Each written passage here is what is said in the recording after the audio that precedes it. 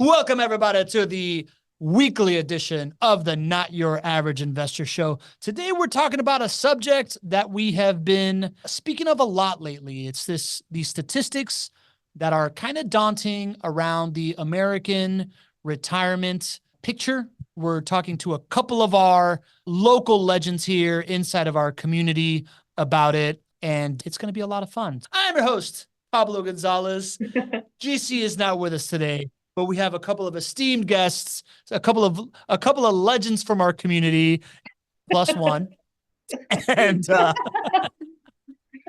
we call her the 6 Fs because she is our favorite flat fee, fiduciary, fee-based financial advisor friend, the founder of Blue Tree Financial, Kelly Berenbaum. Welcome to the show, Kelly. Thank you so much. And the man that everybody knows, we call him the MVP. He's been here since day one. He has helped countless of community members understand why this is or is not good for him out of the kindness of his heart. MVP Lee Bishop. Say hello, Lee. Hello, everybody. Great to be here. And the gran muchacho in the background, the great amigo, the man that we know as Bill Shields. Buenas tardes, Bill Shields. Buenos tardes, Disney. Orlando. We're in Orlando. Buenos tardes, Disney Orlando. El Guapo is in the house. Yeah, you know Lee. You down with MVP? Yeah, you know Lee. Let's go. All right. And Bill Shields became famous in a little tradition that we know around here called the what, everybody?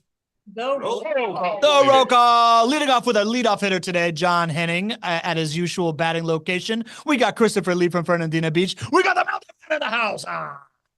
Billy Green saying good morning from the inimitably ubiquitous mountains of Colorado. We got a not your average guest saying LOL, Kelly, Bill, and Lee look great. If you tune in from the phone, just clicking on that thing, then I don't know what your name is. So you just got to tell me what it is. You show up as not your average guest. We got the mystery man in the house with a legendary a compliment for you all. Laura Colby from Washington State is back. We got the ringmaster in the house, a good friend to everybody here, Drew Barnhill. We got the mama bear, Cody Adams checking in. We got the maven from the mountains of Denver, Leslie Wilson. We got Pamela Myers with her wonderfully warm smile from the Seattle area. We got Charity Graham is back. Welcome back, Charity.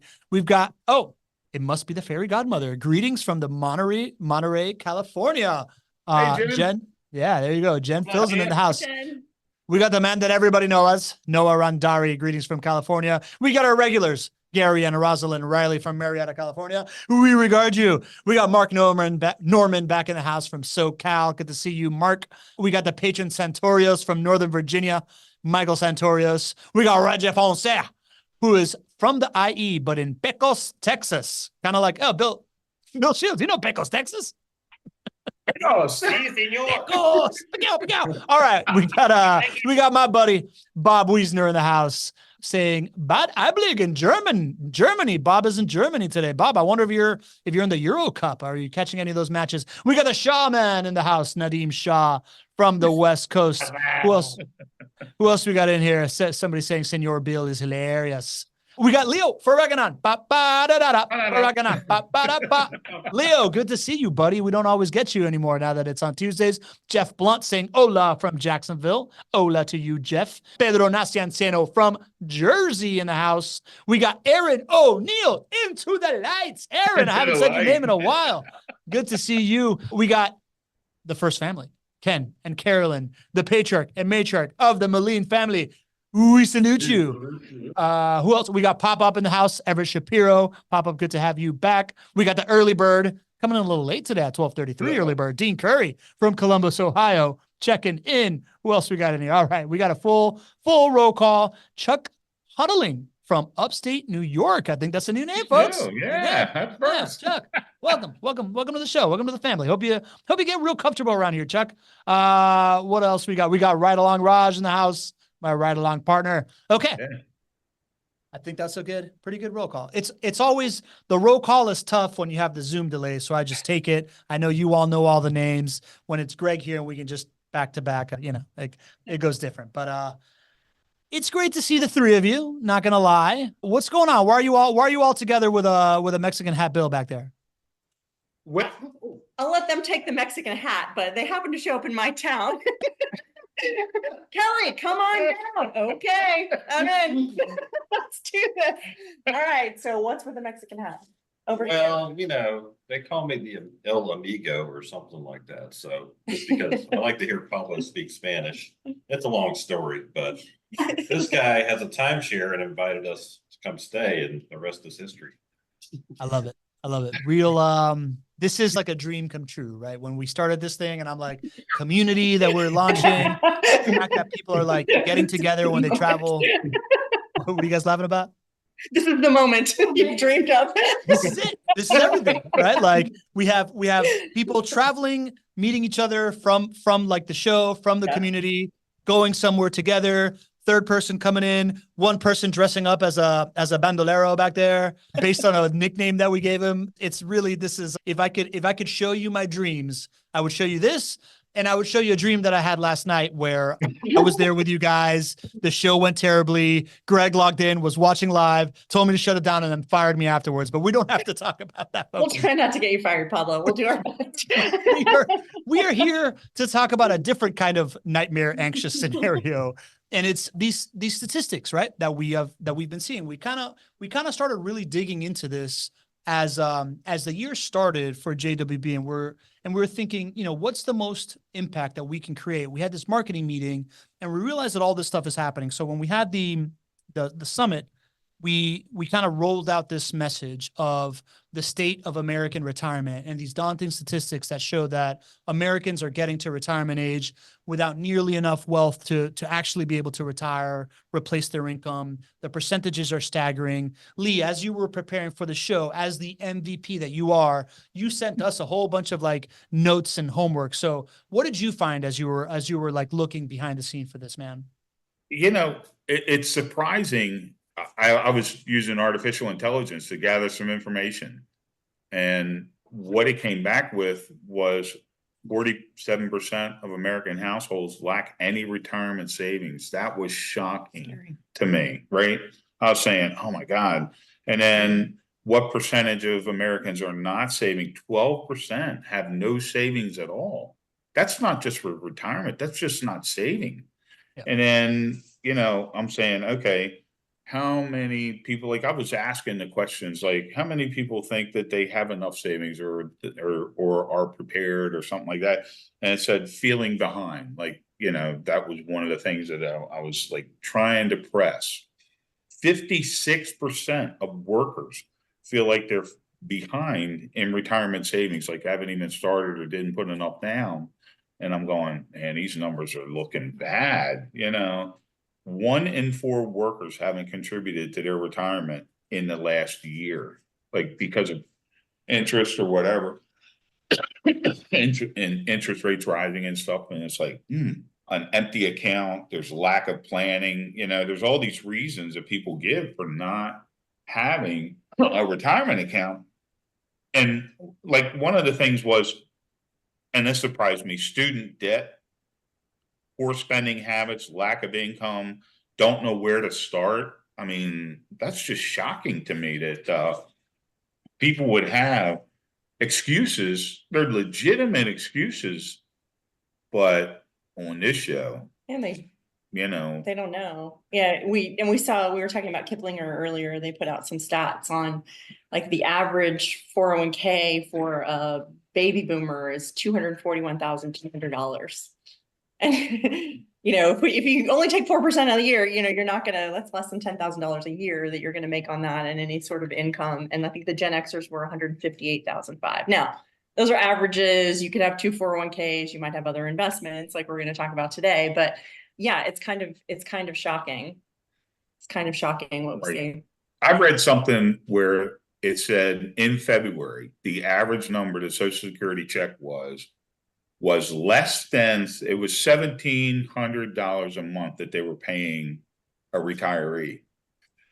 I mean, that's less than $22,000 a year. Yeah. You can live on it, right?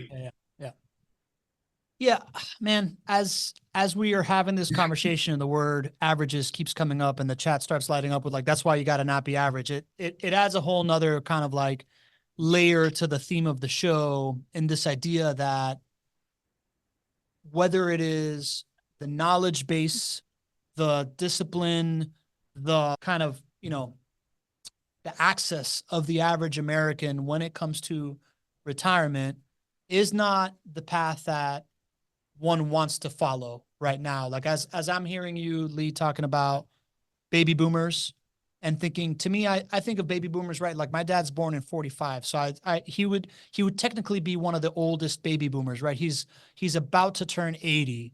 So I'm seeing baby boomers are somewhere in like 67 to like late 70s right now. And if they're there, right? Like they're at the moment where we're used to thinking you can hang up your shoes and retire and live off of your passive income. I think it was Drew in the chat said the Gen Xers are kind of the least prepared generation. And then as you get a little further away, like myself, I consider myself like an oldest millennial. I was born in 80. And I honestly don't feel like I started getting super prepared for this stuff until about 4 years ago, thanks to the Not Your Average Investor community. And I feel like I have plenty of time to kind of catch up to it, right? But like the state of it right now, it seems like we're suffering from, Kelly, something that you had identified in our show that I had never realized was this idea that when we switched over from pensions and Social Security being the thing that's going to take you home in the twilight of your years to this 401k kind of system, something seemed to kind of like disconnect. And now all of a sudden we weren't taking the incremental steps that we needed on our own, even though we were given these different options. Am I representing that correctly? Yeah. Yeah. It kind of went from pensions to retirement plans like 401ks are pretty commonly thought of. And the responsibility went from your company saving for you to give you a specific monthly income for the rest of your life to maybe helping you save, but it was the responsibility fell to you to save and make sure that you had enough investments, funds that would produce income that would replace your income over time. And I think what's happened is I just see sort of a lack of education and access. So in my practice, people are coming to me, they're working hard, they're making good money, they've either inherited money, they're business owners, they're making good salaries for the first time, and a lot of them are younger. So I see a lot of, I don't see really sort of like the dire situations. I see, eagerness to do the right thing and plan for the future and save, but they don't necessarily know how. I think the information has been sort of obscured. You sign up for a 401k, you maybe automatically get it increased every year, you save. The company contributes. Maybe you save 10%, maybe the company saves 3 to 5, depending on but what does that mean? And what are you invested in? And what's it going to look like at the end? When you go to retire, what's that bucket of money going to be? And how are you going to translate that into a paycheck, to replace? So I think that's been the challenge. And what I see are people coming to me and they've got some really good ideas around, my brother-in-law told me to invest in this stock. Or Pablo, we've had this conversation. I like these 3, Kelly. Do I have to sell them? Whoa. Let's just get the big picture here. Or, somebody told me to invest in this particular apartment building or, this particular piece of real estate. And so as a planner, I'm always like, okay, let's look at the big picture and let's really look at, what your cash flow is, what you're going to need down the road, and then figure out ways that we can replace that. And when it comes to saving for retirement and replacing your income, I think the 401ks are great places to start, workplace investors, because you're doing something. You're doing something and you don't have a lot of money to start, right? Right. But then it's invisible money because it's coming out of your paycheck before you get it and have to decide what to do with it. Yeah, and there are tax benefits. And, right. Yeah, and it's automatic. Right. But then you really need to start thinking about what that is and be sort of deliberate about that. Right. And then I've got other people coming to me and they're like, oh, I want to do this particular real estate thing. Okay. Do we have enough cash reserves? So I think it's education. One, I think, there are a number of people. So I'm a Gen Xer, solid Gen Xer, and younger who know that they need to save. They're independent minded and they don't even mind that responsibility is theirs, but they don't know how and what to invest in. So I think that's where I start to see, people need to really understand diversification. Right. what's a stock market investment versus what's a real estate investment? What are my What's risks? safe? And access, how much cash do I need? You Right. know, how much can I survive in a downturn? Is What's it more gonna dwindle? stable? Right, exactly. Or a road or And then whatever what's you gonna be wanna call stable? it, So, right? Yeah. that's a Yeah, little, sorry. little bit of a, a little bit of a rabbit hole there, Pablo, but. No, I like it. You know what I find really interesting is that we both kind of self-describe as three different generations. And as I think of how all this hits, right? Well, first of all, great point by a couple of folks here in the chat, right? Like Patron Santorios and Reggie Fonse talking about how agreeing with you all, right? Like this financial education piece, the idea that if we could teach this stuff in high school, then people would enter the workforce as, you know, You're a step not too ahead, early. right? Like It's never too if early to start yeah, learning. Yeah. yeah, as I think of it across the generations, I'm thinking about when I first started working and the working for a Fortune 500 company, right? Like 50% 401k match up to like 50 up to the 10% contribution. They would give me 50% 401k match. Should have was totally maxing that stuff out. Didn't really know what I was doing in it, right? Like there wasn't a lot of education on compounding and even more importantly, education on what happens if you delay this, right? Like I feel like you get told a lot of this, like, oh yeah, if you just do this dollar cost average, blah, blah, blah, blah, blah. I think some education around the idea of, well, if you don't do this now, and then you start doing it at this point, then this is what you need to figure out. Like, are you going to make these huge bonuses? How are you going to create like this stuff to like put in? I think would have been really helpful. But I think for me, the hardest thing, well, before we go there, Lee, as the elder statesman of this group of three here, when you entered the workforce, was it a 401k thing? Can you tell me about kind of like your intro into workforce and investing, and before you got to the point where you started using your 401k money to invest in real estate, kind of how did you think about it? Yeah, I mean, in all of my jobs, ADP, Provident Bank, and then Medical Mutual were my three jobs over the last 50 years. And each one of those had a retirement account 401k that they would participate in. And it was always a percentage of what I did. And they said, oh, you can put a max of 6%. And then it became, oh, you can put a max of 7%. And then the longer you work there, the more you can put in and everything. But it's like my wife said, right? It's you're taught to save, you know, and then in retirement you can, you know, spend. Well, the highlight of that is you're starting to chip away from that nest egg that you built. Yeah. And then, you know, everybody's living longer than what they're supposed to. And inflation. And I mean, all of that, like the value of the dollar is not worth the same. So when you pull the trigger and say, I'm retiring, that's it. You're not contributing to it anymore. And then it just starts eroding. Yeah. And that's what got me, you know, like, you know, I went to Fortune Builders, and Fortune Builders talked about how do you protect your investments? And it was the passive income club. And, you know, once Jane and I went to listen to somebody say, hey, an older guy went and he was worried about his $250,000 wasn't going to take him for the rest of his life. He could invest it in a house that was going to generate positive cash flow.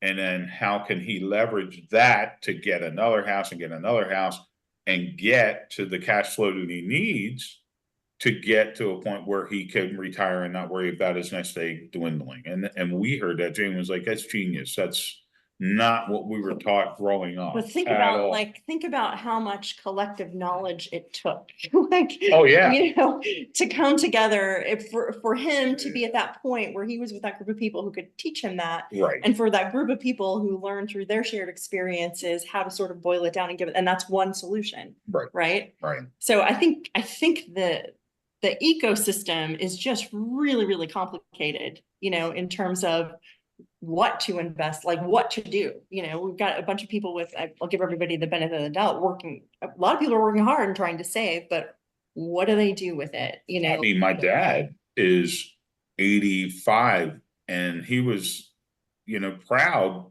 to tell me, oh, I just took all my money out of the stock market and put it in bonds. And I'm going, what?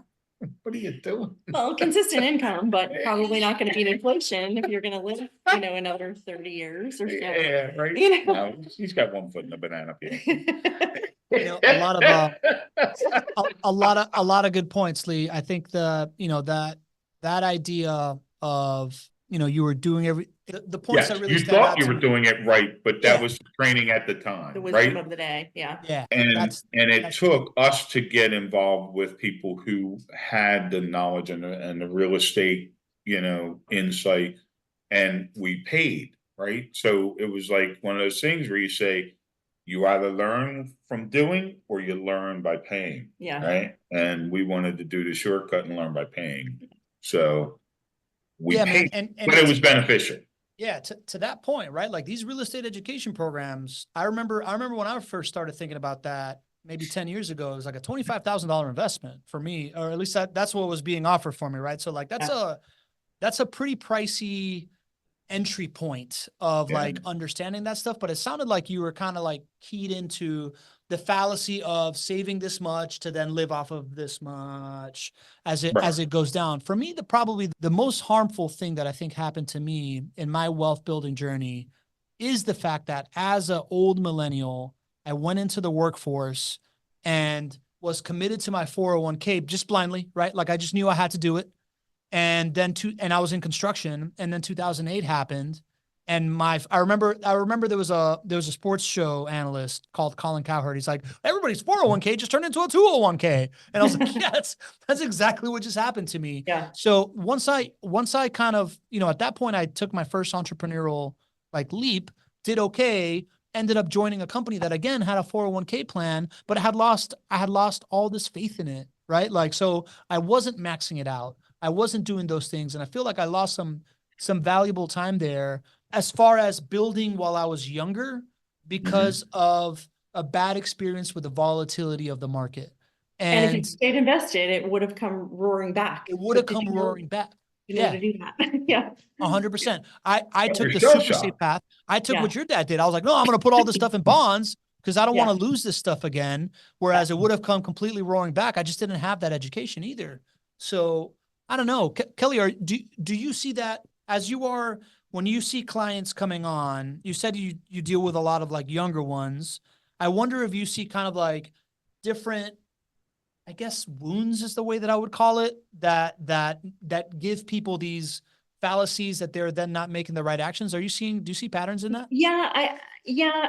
Well, the younger clients don't have the wounds that we do living through like 2008, or seeing some of our parents and grandparents live out their lives with perhaps financial mistakes. So it hasn't been that terrible, but I do see clients come in with certain perceptions in mind. I've got this money now and, my colleagues say I should be investing in crypto. I've got this money now and should I, What's the next in best addition thing, to my right? 401k, should I be investing in real estate? Maybe, so I'm always looking at it from a systemic approach. Like if depending on the dollars that you have to invest in, really your understanding of how the market works and various investments. And that's what I'm here to help educate you on. Globally diversified portfolios are great places to start in various types of investment accounts. But then, if you have a specific, so then when we get into like larger dollar values, larger portfolios, take 5 to 10% of it, and you can carve it off into what we would call alternative investments. And that, real estate is one form of that. And there are lots of flavors of real estate, too. So, taking that path, then we look at, all right, if you have the aptitude for that and the risk tolerance for that, because it's a fairly high cost of entry, a JWB house is 70, 80 grand is a down payment now. Yep. Right. So that, again, if that's a small percentage of your portfolio, it may make a whole lot of sense. It's a lot easier to say, okay, now we need cash reserves and what can you expect in return? How does that translate to your overall portfolio? And maybe it's a very straightforward sort of conversation. But if you've only got, $500,000, now that's a big chunk. Now we need to sort of think about it in terms of when are you going to need the money? We're always talking about time horizons. Are we talking about 10? Can you afford to keep this in real estate for 10 years or more, a full market cycle? Often long-term investments, you want them in the stock market for 10 years or more as well. But then we are really talking about conservative things for short-term, like cash, high yield savings accounts, bond funds, things like that. If you need that cash in the next 3 to 5 years. So taking kind of a big step back, I think everybody comes in with a perception of what they should be investing in, and they have, their current situation. And I'm always trying to say, okay, let's look at the whole picture. Let's look what you need in the short term. Let's look at what you need in the long term. Then we start to talk about how we layer on the investments that make sense for you. And I had a client recently who, they was told by family members that she should be investing in real estate. Don't disagree with that. I invest in real estate, so let's talk about it. But we determined, like, just in terms of where she was and in terms of down payment and ability to sort of pay attention to it, she wasn't really ready to do that. She was happy with the investments that she had and understood them. And so we sort of stayed on that path. So I think everybody's a little bit different. So that's why I keep coming back to that, start with the global diversification and then start to make targeted alternative investments. Think about the access level and the risk always with any type of investment. And then the education, like how comfortable are you with that type of investment? Because I think everybody, you can engage professionals who can teach you about the investment, but you really need to know what you're investing in and why, like what you hope to get from it, so that you can be engaged with those experts and follow along, But everybody has their best Yeah. idea of what's Yeah, good yeah, for you. yeah. But one of the Maybe things, broadening. Broadening your understanding and then coming back with a path, our guys, when our investment guys were telling us, oh, you're in your 89th percentile or 99th percentile of all the people who have saved, right, for your money. And Jane says, what does that really articulate to? What does that mean? And they're like, well, that get me. You can do your 2 weeks vacation every year, Yeah. right? And we're like, well, we're going to be off 365 days, right? So that doesn't quite jive with what we want as a lifestyle, right? So that was a whole new mindset too. It was like, okay, you guys are, work, save, spend, but you can only spend like you're doing now. Yeah. You can't spend like, a rock star, like they say. Yeah. Party like a rock star. You just can't spend like one. Well, I do that. Lee, you bring up, what I'm hearing in your point is the fact that, like, I had before I hired Kelly as my financial advisor, I had similar conversations with my financial advisor guys, right? Like, the veering towards, this way of doing it, that's like the average way of doing it. There's a lot of gravity towards it. And you don't hear a lot of folks really listening to you and understanding that you see beyond this veneer and you want to build a different style of, oh man, I don't even know how to describe the whole, like, the best way I can describe it is, instead of just like a growth portfolio and then a cash portfolio, doing like a cash growth portfolio is kind of how I see real estate, right? So I wonder, Lee, what were your conversations? Because tell me a little bit about how you went from, you figured out that you wanted to do that, or, a real estate education program opened your eyes to it. Right. How hard did you go at, okay, now I want, take all this stuff and put it in real estate? Did you stick to that 10% rule? What was the advice flying around you during that time when you had this big investment that, like, definitely veered towards real estate and telling you to do this, and then you also had your previous kind of like infrastructure around it? How did you think about it? Okay, so 100% of mine was in stock. Uh-huh. And do you mean like stock, like not stock and bonds, like specific? Yeah, not stock and bonds, okay. Just stocks. And he kept asking me, how aggressive do you want to be? And I said, well, let's be very aggressive. So mine built up to, say, $1 million. I said, okay, I want to take half of that out and buy 5 houses. In 2019, I was able to pay $160,000 for the first house and then and in JWB. And then I said, okay, I want to leverage that one that I purchased in that same solo 401k into getting a non-recourse loan for the other 4. And they said, okay, you need 50% down. And I said, well, I'm not going to tap into that $500,000 that I didn't use for putting in the investment. I want to keep it under that and still have reserves. Mm-hmm. So they said, okay, we'll let you do 4 houses at 40%.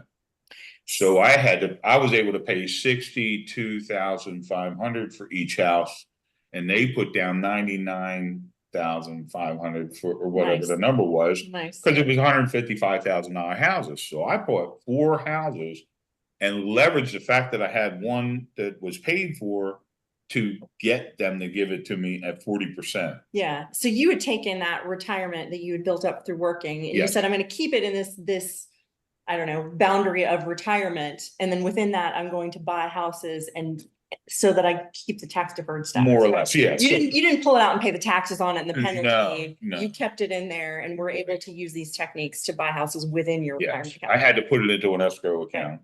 Right. And then, so it stayed. One of in many a- ways. It stayed in a 401k, Yeah. more or less, so I Yes. didn't pay taxes on that. Right. I didn't get penalized on it, Right. and I was able to spend that money for, Right. what do you call it? Positive, no, smart debt, Smart tech. And Lee, So- you kept it, you were able to keep it at 50% of that pie. You were able to keep 40. it within that boundary of 50% of that retirement pie that you had? Yes, and still had reserves. I still still was had able to have reserves. reserves. And then James Within the was not 50%, touched. you had the down payments, the cash house, and the reserves. Yes, Interesting. So I think Cool. that's an important point. Yes. Like your wife Jane has her own 401k or retirement plan, Right. which is significant sized as well. And that stayed in diversified market investments. And then Lee's portfolio, he took what, half of that you just said? yes. And- I was and the put risk half of that in taker real- in the stocks anyway, so I was like, okay, let me see where this is gonna go and see how it works out. Yeah. And that's turned out to I be think that's wonderful. wise Yeah. too. Like, think about that. Like you had the education, you had the starting point. You said, okay, here's what we're going to carve out Right. to start. And then it worked well. You saw the results, you kept going, and you were able to take advantage of low interest rates and Right. those types of techniques that you used. Yeah. Yeah, so my half of my portfolio surpassed what I was able to get in the stock market in that same amount of time, Yeah. right? So like I was able to do, and I was aggressive Yeah. in my stocks. I said, "Hey, let's not change that," Yeah. right? So he was like, "That's cool," Because of the home price appreciation, because of the Yeah, prices you were able, well, that I just said home price appreciation, but the interest rates that you were able to get in, and then you sort of were able principal to. pay the down. principal I pay did down. Yeah. refinance, right? Yeah. So that I went from $80 a month cash flow to $250 a month Nice. cash flow. Nice. And the one house was paid down so I only had like a $15,000 loan on that second house. Yeah. So one is paid down 150,000. One is I only owe 15, Nice. and the others are, I got in a little later. Yeah, me too. I wish I knew, I hadn't come up the education curve on real estate. Had a couple of bad experiences, was busy with working and kids and that sort of thing, and really hadn't come up that learning curve. And also didn't have access to like a JWB or community where they would do so much for me. Like I was, living in St. Pete at the time, and I didn't know of property managers who would take care of things. So there was still a lot for me to take on and coordinate as like the project manager or my husband if we were going to do it. So now she has access to expertise. no, then I would have 10 properties. Yeah. I'd be going, oh, really? I have more than you. But I don't. But so my story is more from personal real estate. So we bought a house in 2002 in St. Petersburg. There was a double lot. We lived in it. 2006 came along. We had planned to move, but we missed the market by 3 months. And then 2008 happened. And I was like, this is a little scary.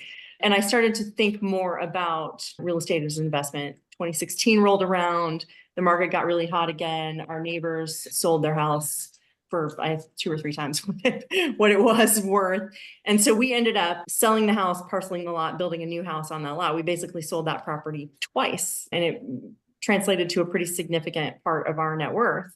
And then I took, a couple of career path changes, and we moved from St. Pete over to Winter Park, bought a new house, and then translated that into 2 properties with JWB. So now, the house that we had in St. Pete, it's worth a ton of money now, but we've translated that into 3 properties, 2 of which other people are paying for, or residents are paying for, while we have just as nice a house.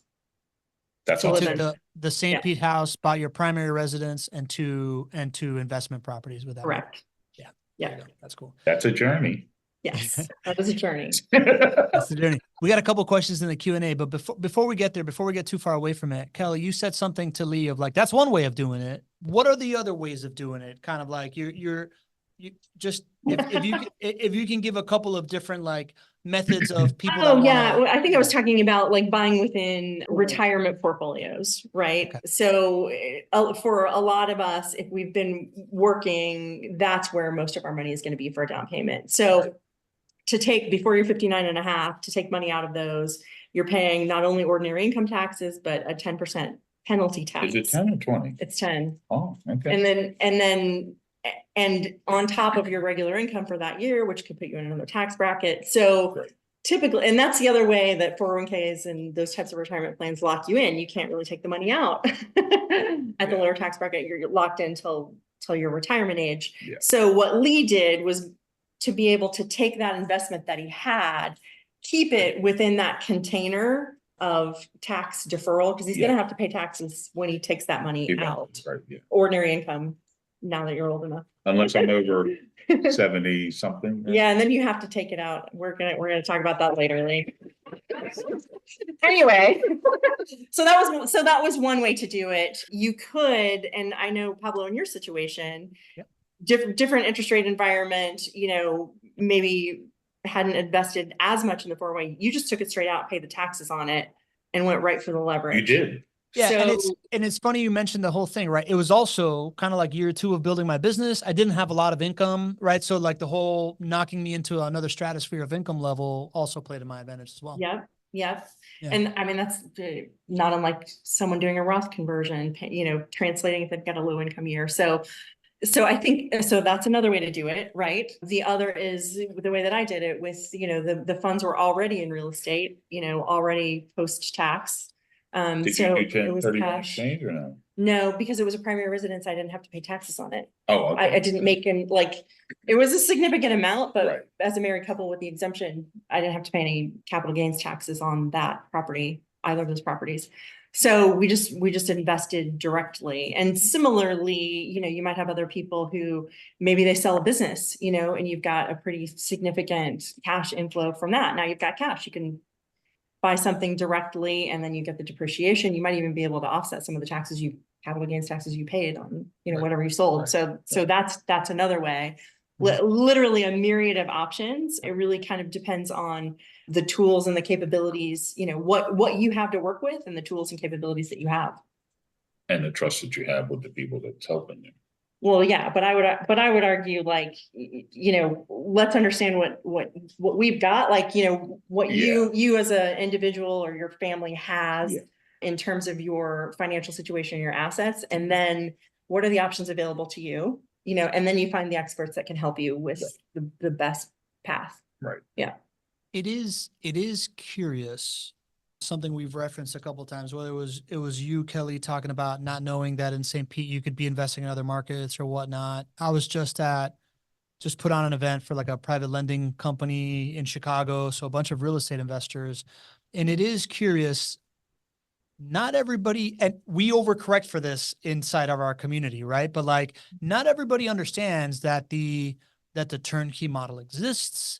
Even Right. fewer understand that not all turnkey providers are built equal, and very few Trustworthy. people. Like JWB and like the vertical integration that we talk about, but very few people understand that you can buy a already rented cash flowing house as like day one from a reputable company that has been doing this thing for 17 years.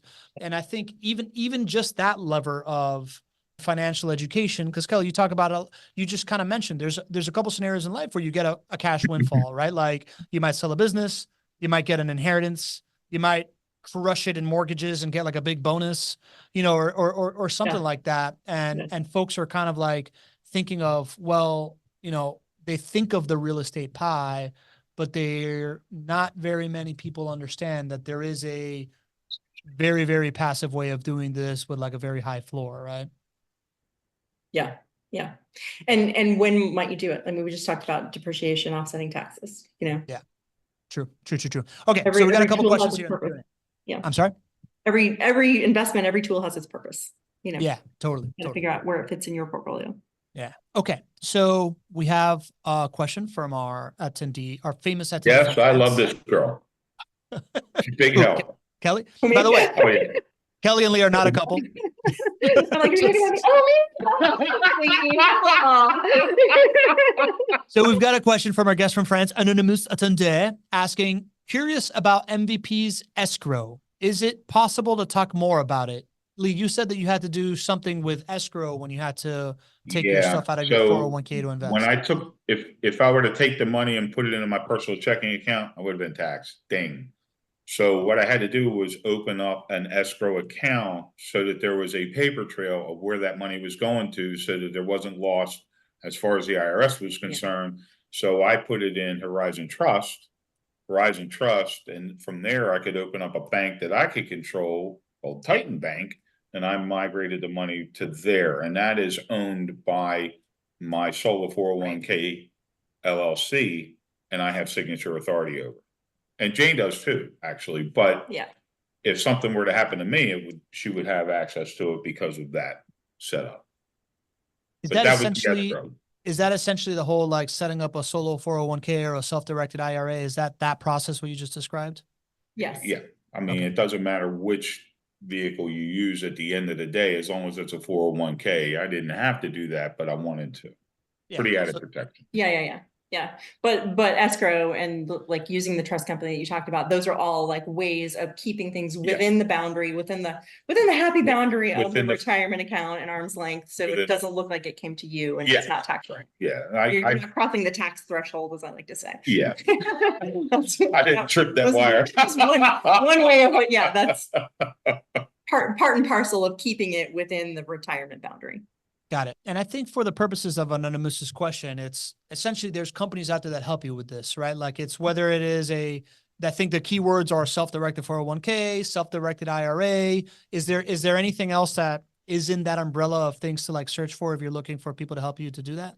Kelly or Lee? Yeah, I think the trust providers do a good job. Call your JWB portfolio manager and get the reference list. Yeah, I mean, Good they experience. work with Or call me, I have some as well, but it's pretty easy to like Google, 401k providers and. I was working with the company that set up my solo 401k, and Yeah. they, said, okay, this is your strategy. This is what you want to do. So Yeah. if you have a company you trust that does that, Yeah. that you're working with anyway. Yeah, not to like make the terms vague, but there's like the third party administrator who Yes. manages the 401k itself. Yeah. And that's just the record keeping for the 401k. And then you have Richly custodians, which could be trust companies, and the custodian sort of holds the asset, Yes. quote unquote, meaning like it's titled in the name of the 401k and they're the ones like sort of, I want to say managing that for you, but they're really just holding it in title for you. Yes. So in every investment, market investments, you have that as well, really. You have the third party administrator for your 401k. And if you're invested in the stock market, you'd have a custodian like Schwab or Fidelity or Vanguard. So like a Horizon Trust or a trust company would be like, the Vanguard, you just invest your real estate through there. Great explanation. What she said made it easier. Thanks, Lee. We I'm already here for figured it. that out. All right. So I'm here to translate, Lee. That's what I do. I love it. Pedro Santorios, Michael Santorios, who, by the way, in the chat said, when he started investing in real estate, I did the property management on 4 rental properties while working, and it was like having 2 full-time jobs. Turnkey is a way to scale your rental portfolio. Totally agree. I couldn't even imagine doing that. But he's got a question. Lee, if you knew what you knew today 40 years ago, what would you have done differently? I'd have had about 80 houses. Honest to God, if I had known, I telling all of my 30-year-old nieces, you need to start investing in houses, right? You need to start getting your retirement portfolio straight. All right, so let's go further down that though. How would you have done that? Because if you were already investing, like the source of your investing was coming from your 401k, and then you were able to turn that in. If you were to be doing it 40 years ago before you had built that, you know, like how would you have figured that out? Well, I mean, back then, nobody talked about C3X pay down, and you know, the education part of it was all part and parcel of that. So it would have been a longer learning curve, Mhm. but I eventually would have got there, and I would have been doing the, okay, my house is paid for. Let's leverage that house to buy another house. I know there's a lot of Yeah. guys in the chat that are Yeah. doing that already, right? So I'm saying I would have had, you know, leaps and bounds every couple of years.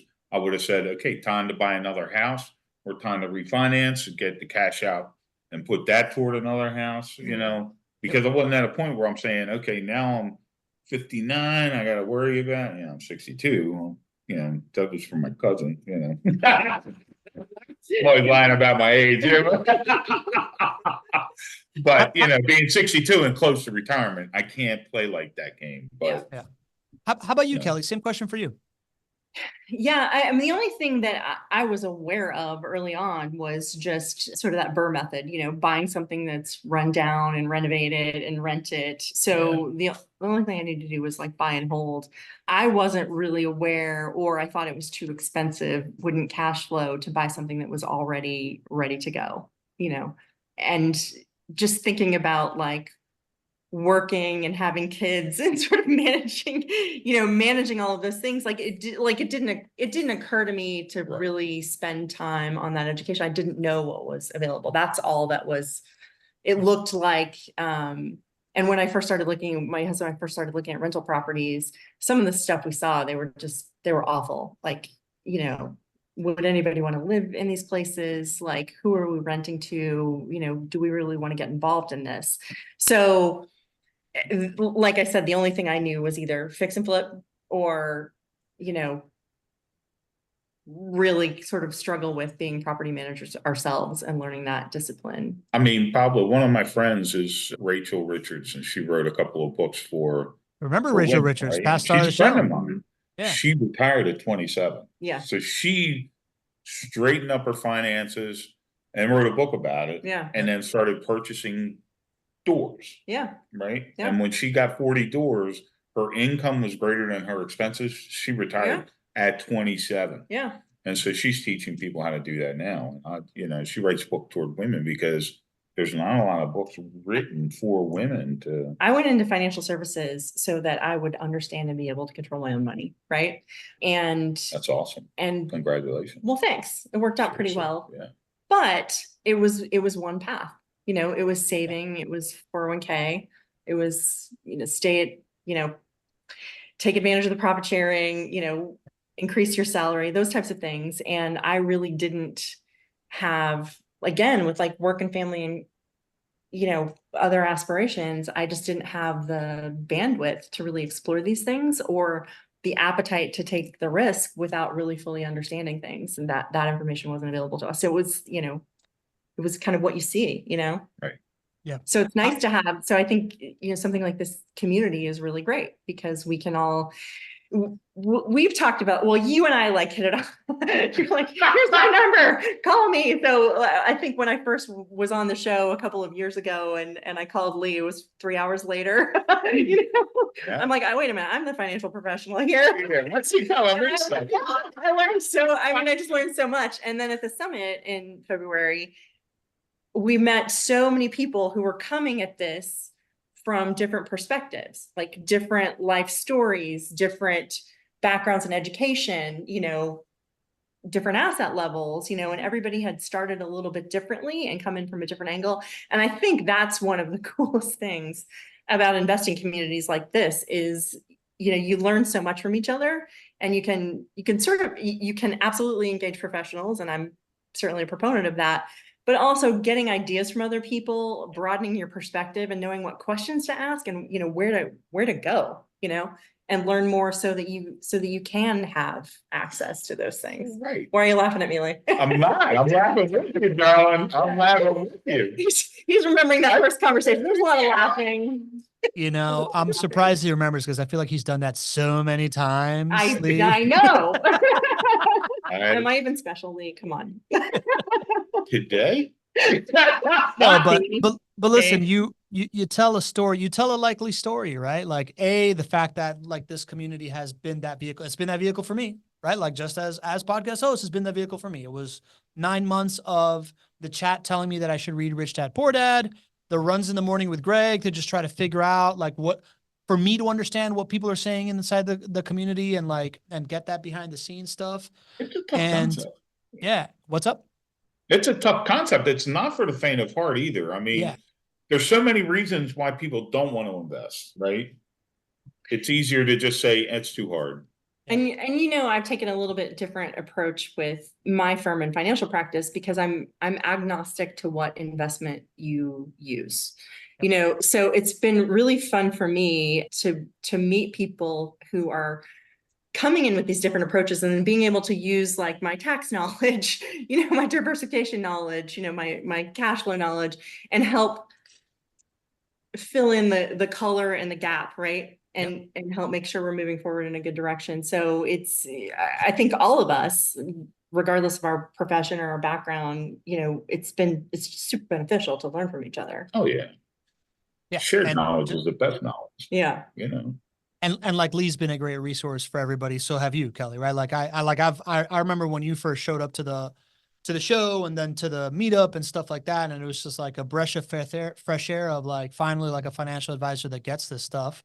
And just on a personal level, brilliant move for you to just be a part of these types of communities as the one financial advisor that understands this stuff. To the point of the question though, I've actually been thinking about this a lot myself recently for a couple different reasons. One is I was just at this event last week. I met this like 26-year-old guy he's like a 26-year-old real estate millionaire, right? Like lives at home, has been like deferring gratification and taking disciplined action towards doing this thing, but is now worth $1 million in real estate at 26 years old. And I started like getting nostalgia, and he was telling me about how like his dad was bringing him to real estate things when he was like 18, and you know he's super into it. So I've just been thinking about like my nephews and kind of how they're reaching college age and what I would have done differently. My big thing was, I remember graduating 2004. I remember this conversation like yesterday. This is like 2005. At this point, I'm like in like a middle management job, living in California. I don't have friends, so I'm playing a ton of poker, and I'm in Vegas. And I'm talking to this guy that's in Utah that's just like, hey, you know, I'm already financially well off because I figured out this real estate thing. Like you can quit your job right now and learn this thing. And in a couple of years, you won't need that job. And I'm like, yeah, but what about the bubble and all this stuff? And what I realize now is that he was doing the Burr method in Utah at that moment. And while I'm not sure if I were to do it over again, I'd quit my job at 22 or 23 or 24 to like get into this. That's I wish I tough. would have followed that trail a little bit more. Yeah. And the one thing that I can say for sure that I have noticed in just the 4.5 years of this community and my understanding of category design and how I'm like a nerd on all that stuff and context changes is I definitely wish that I would have understood that these like historical moments that happen, whether it's, and it generally is like around interest rates or something that's happening, right? Like when these like unique moments happen, to really, really pay attention and to lean a little more towards like diverting assets that way. Because I remember the first time that Richie said this idea of like, hey, the deal is the debt on the show in 2020, late 2020, early 2021, of like, going hard at that. I remember in 2001 after 9/11, how one of my friends in my fraternity realized that he could just buy a house in Orlando and own it, even though he had nothing going on. His mom just put him in it, right? Like these moments that we identify as like unique moments in time where there's these inflection points that create future generational wealth, and how we talk about this idea that right now with interest rates high, getting in now because once they drop, there's going to be a price shoot up, and then you're going to be able to like leverage that equity for different things. And when you refinance later, right? Like that's the thing that I would have done different. I would have continued with my 401k, staying as aggressive and letting that come back. But more than anything, recognizing these like moments in time that historical inflection points happen, whether it's around interest rates or prices or like these external forces where regulations change and all of a sudden you can do things. That's what informed me on buying my duplex and buying my residential, you know, like my primary residence, right? Like taking advantage of these things. That's what I would have done different. It's just like Yeah. a little harder at that when I was younger. I think I would Yeah, but when you were younger, you were in Miami, right? That would have been tougher to was buy. Vegas then, right? Yeah, man. But listen, in Miami, when 9/11 happened and I was in college, I could have picked up an apartment. Like, I did not buy a 1 bedroom overlooking the bay apartment in South Beach for like Yeah. $100,000 that today is worth $1 million, right? Right. That's where, and you don't know, like, Yeah. you know, I mean, that could have been the condo that collapsed, you know, if it wasn't taken care of. Like, so I think it's really important, the point about education and learning as much as you can, right? Engaging the community, engaging professionals, understanding your personal financial situation. Because if you quit a job, you don't have health insurance and you get hurt, now you've got $100,000 health, Yep. maybe you're in medical, like, so I think that everyone needs to really understand and learn as much as they possibly can, and then make calculated bets based on what you're comfortable with. And I know you're comfortable with, you're both a lot more comfortable with risk than I may advise some people to do, because they can't afford to take certain risks. But understanding like that picture and knowing what your bet is and what your worst case scenario is, and that you're comfortable with that, whatever it is. That's good advice. I think that's really important. I think that's fair. That's fair. All right. Nadeem Shahman has a question. If a person is in their 70s and they take out their 401k, does one still have to pay tax? They're in their 70s and they take out their 401k. If it's a pre-tax 401k and not a Roth 401k, then yes, they will have to pay ordinary income taxes.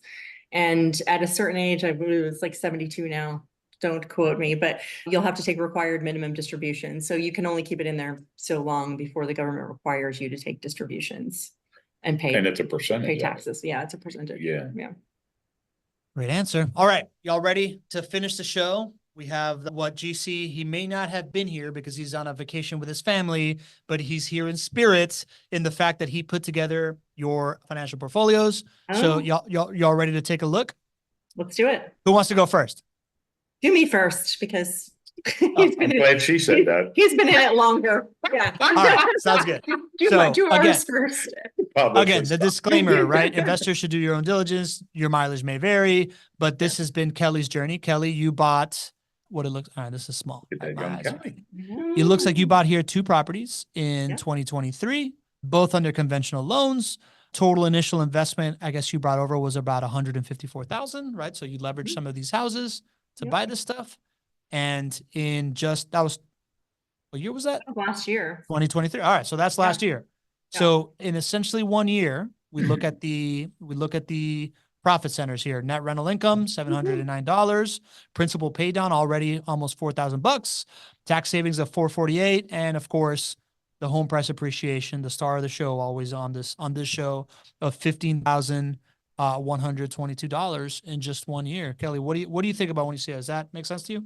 I'm happy. I'm relieved. Relieved is a good word. I like that it's positive and we're going in the right direction. I think we actually got a little more tax savings because we had all of the closing expenses that we were able to include this year too. Oh, that's awesome. There you go.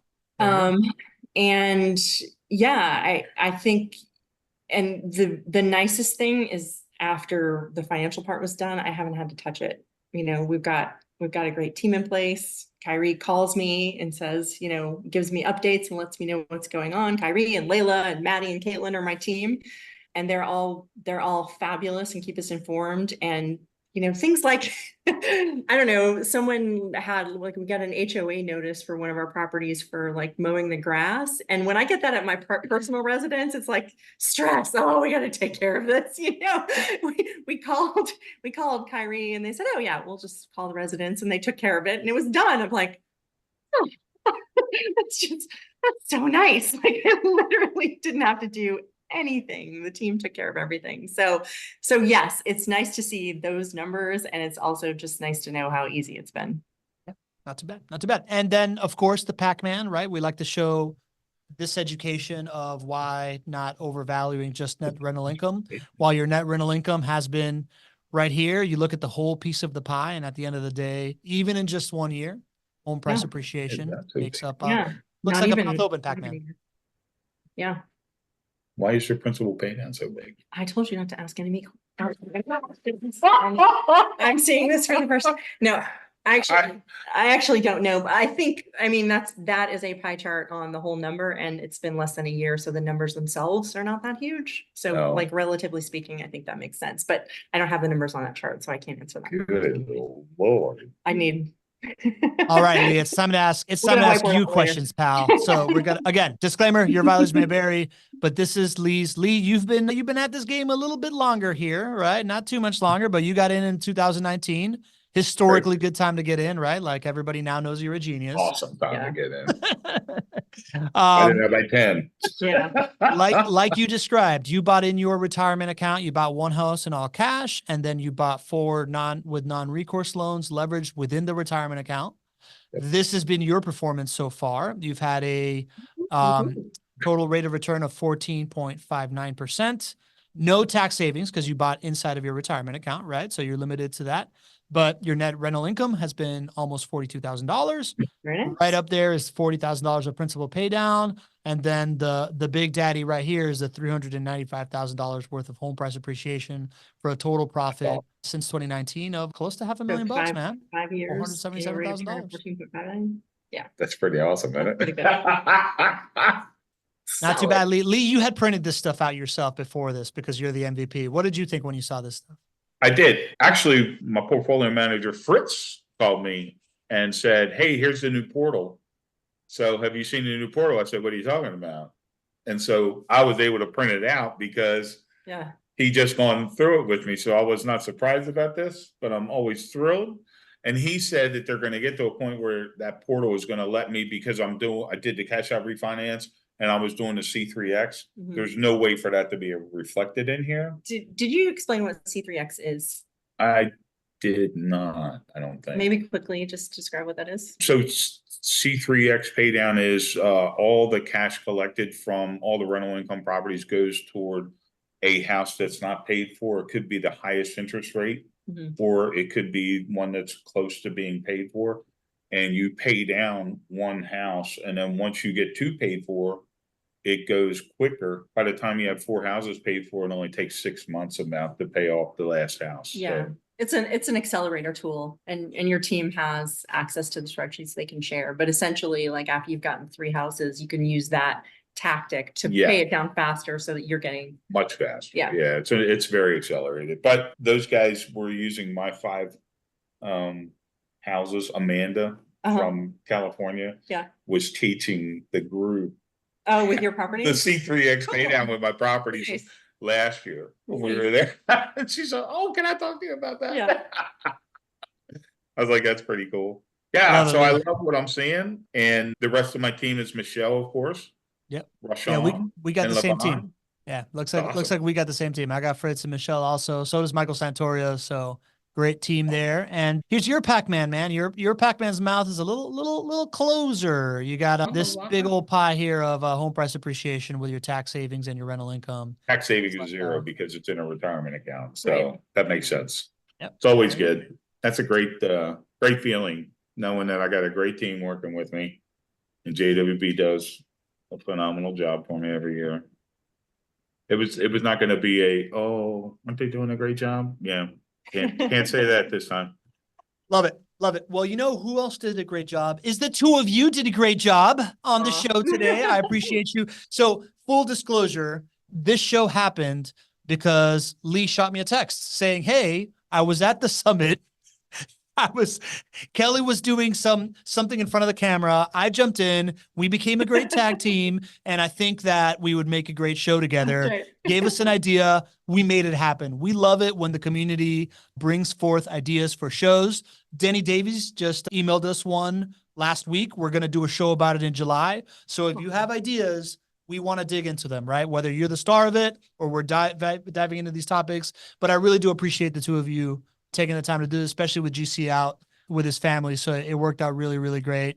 And I appreciate the community, of course, who always shows up here. Never take it love for that granted. We love the community. Yeah. Yeah, the community's They're family to us, Pablo. Hey, you don't have to tell me, buddy. You're traveling and like meeting up with community members left and right over here. So it's real. I don't know if our amigo still has the poncho back there, but I appreciate him being part of the show and everything that he does. So we'll see you all next week. We got a super exciting, you know what? I don't remember what the title of the show is next. Oh yeah. JWB's got this new portfolio planning tool that Greg developed, a new technology in rental property investing developed by GC himself. So we're going to be unveiling that thing, and we're going to use it to compare current real estate markets from market to market in a portfolio fashion. That's the new technology, is this ability to compare apple to apple across markets. I hope to see you all there.